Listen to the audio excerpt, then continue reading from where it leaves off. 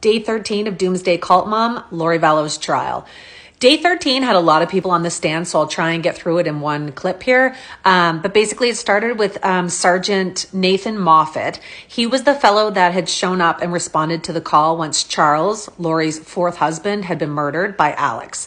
When he got there, he inspected the scene. Afterwards, he had interviewed Alex at the police station, and Alex went through the story with him of what had happened. So what Alex claims is that Tylee had come out of the room with a baseball bat while they had all been having a dispute. Supposedly, Charles took the bat from her and hit Alex.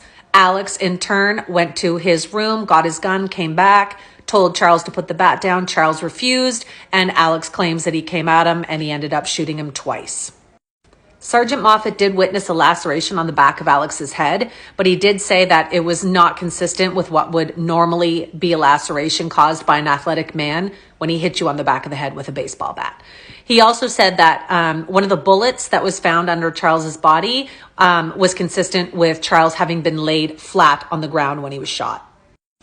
The next person on the stand was Sydney Shank. She was a nanny that had advertised online for a babysitting job, and Lori had responded to the ad. So they met on September 18th. Sydney babysat JJ on September 19th, and she says that Lori had never called her again about babysitting. So she reached out to Lori asking, and Lori claimed that JJ had been taken basically and was living with his grandmother now and would be back in a month, and Sydney never heard back from her again. Josh Wilson, JJ's principal at his school, was next. He was enrolled at the school from September 3rd to the 24th. Lori called the school to say he was moving with his grandmother, and the principal informed her that she should get the new school to contact them for his files, and that's when Lori said he would now be homeschooled.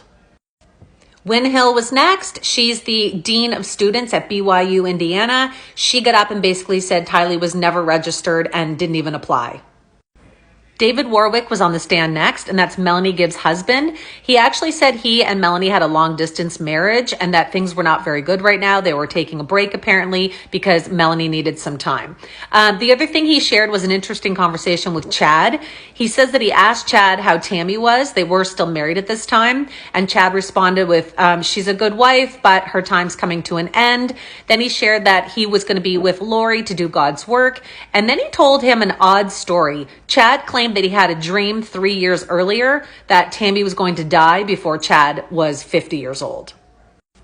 David and Melanie had been staying with Lori, and on September 23rd, when they woke up and went downstairs, JJ was no longer there. Lori claimed that he had had an episode and was throwing things, jumping on counters, and talking about the devil. She claims Alex had come to get him for her. This is going to have to be a part 2, guys, so go check it out.